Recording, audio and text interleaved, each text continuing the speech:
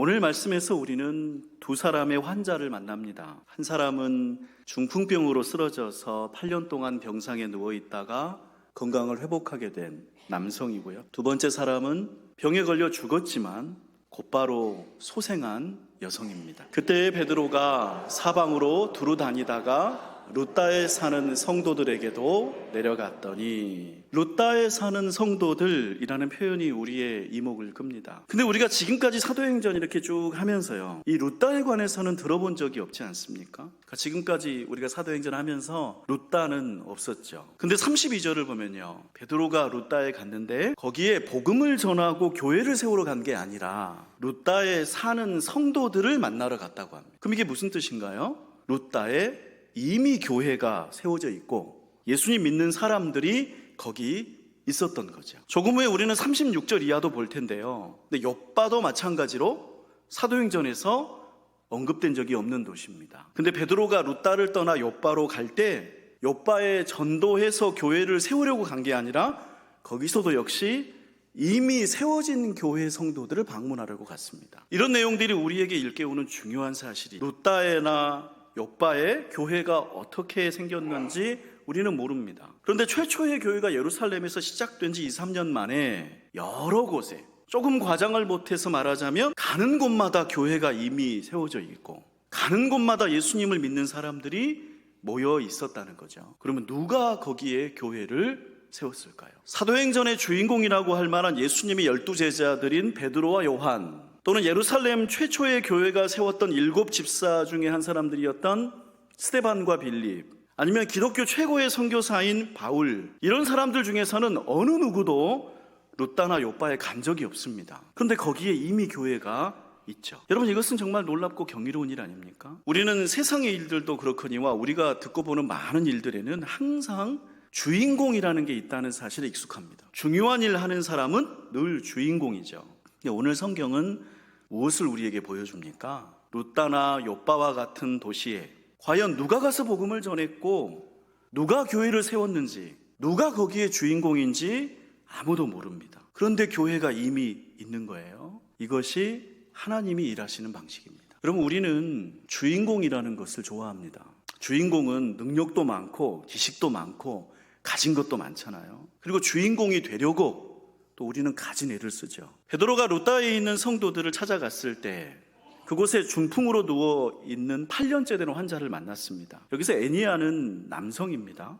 베드로가 애니야를 만났을 때 이렇게 말합니다. 애니야야, 예수 그리스도께서 너를 낫게 하시니 일어나 네 자리를 정돈하라. 애니야는 일어났고요, 즉시 병에서 나았습니다. 기적이죠. 너무나 좋은 일입니다. 35절을 보면 동네 사람들이 다 그를 보고 주께로 돌아왔다고 하니까 그 당시 사람들에게도 이런 현상은 놀라운 일이었겠죠. 우리는 오늘 그 다음에 일어난 일에 주목하고 싶은데요, 루다에서 애니야가 건강을 회복한 소문이 퍼졌을 때 거기서 멀지 않는 욥바에서 다비다 또는 도르가라고 하는 이름의 여성이 죽습니다. 이 여성은 병들어서 죽었습니다. 사람이 병들어 죽으면 우리가 대개 어떻게 합니까? 장례를 치르죠. 누구나 그렇게 합니다. 그런데 누구나 하지 않는 일이 거기서 벌어졌습니다. 그때 병들어 죽음에 시체를 씻어 다락에 누이니라.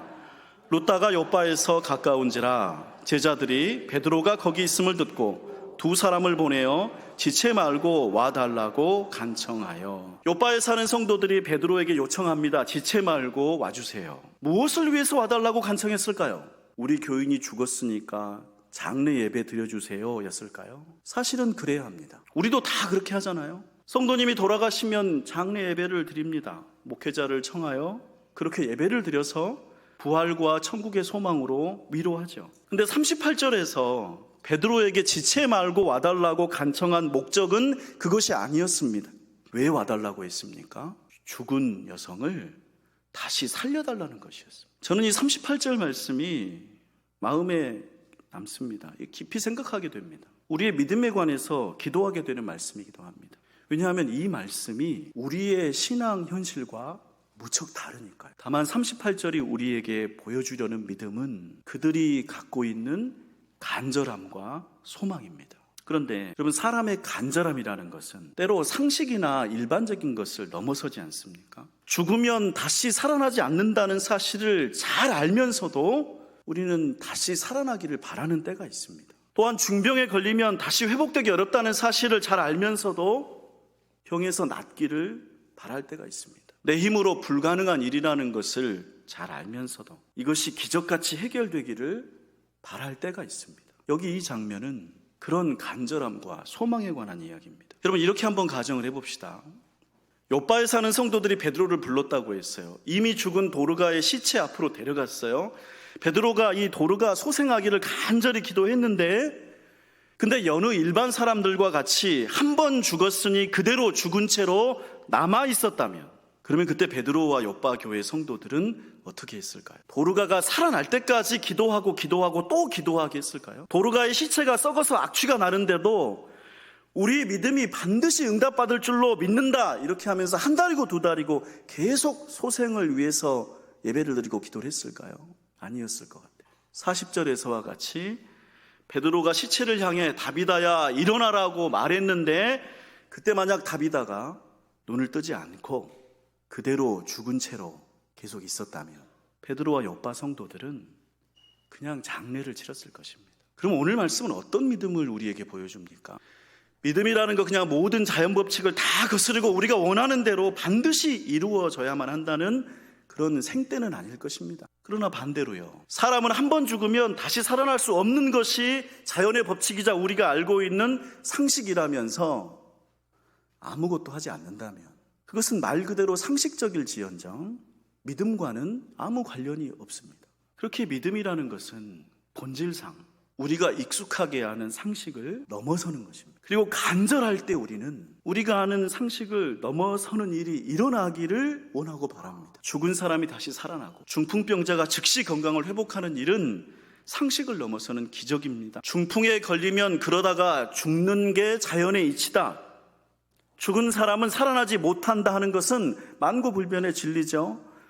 너는 네가 가진 대로 생긴 대로 사는 거다. 물론 그런 생각이 상식적이지만 누구나 다 아는 상식에만 머물러 있으면 믿음이라는 것은 전혀 필요하지 않습니다.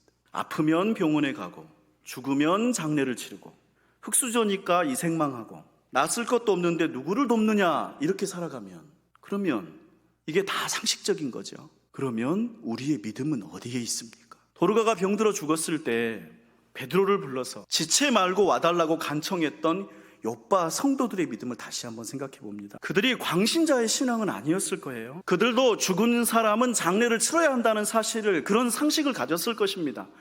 하지만 요빠 사람들은 도르가가 다시 살아나면 좋겠다는 간절함을 품었어. 39절에서 보는 것처럼 도르가는 살아있을 때 착한 일을 많이 했고 그녀의 죽음을 안타깝게 여겨 눈물 흘리는 과부들이 주변에 많았습니다.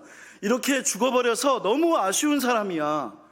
그런 마음들이 그 교회에 가득했어요. 그래서 요빠 사람들은 베드로를 급히 불렀던 것입니다. 다시 살아나기를 기도해 주세요라는 믿음의 요청이 이상한 일이라는 것을, 상식에 어긋나는 것이라는 것을, 어쩌면 미친 사람들처럼 보이는 일일 수도 있다는 것을 알면서도 그들의 간절함과 소망은 믿음을 상식보다 위에 올린 것입니다. 우리도 무조건 그들과 같아야 한다, 이런 결론을 여러분에게 드리는 건 아닙니다. 그러나 오늘 말씀을 통해 우리의 신앙을 다시 돌아봅니다. 예수님을 믿는 거잖아요. 천지의 창조주를 믿는 거잖아요. 그런데 우리는 상식과 문화에만 갇혀 있는 건 아닙니까? 죽은 사람을 살려달라고, 지체 말고 와달라고 간청하는 것은 상식에 어긋납니다. 그런데 믿음이라는 것은 내가 지금 알고 있는 것, 내가 당연하다고 결론을 내버린 것, 때로 바보 같고 어리석어 보이는 것, 그 위에 있는 것이 믿음입니다. 존귀한 광암의 성도 여러분, 여러분은 믿음의 사람들입니다. 그렇다면 여러분은 언제 주님을 향해 부르기를 지체 말고 와달라고 간청하시겠습니까? 아니면 언제까지나 내가 알고 있는 것이 앞으로도 그대로일 거라면서 상식에 머물러 있는 생활을 믿음이라고 부르면서 계속 그 자리에 남아 계시겠습니다? 우리가 아는 것보다, 우리가 가지고 있는 것보다 더 크고 놀라운 일을 하시는 주님을 믿으시기를 축복합니다.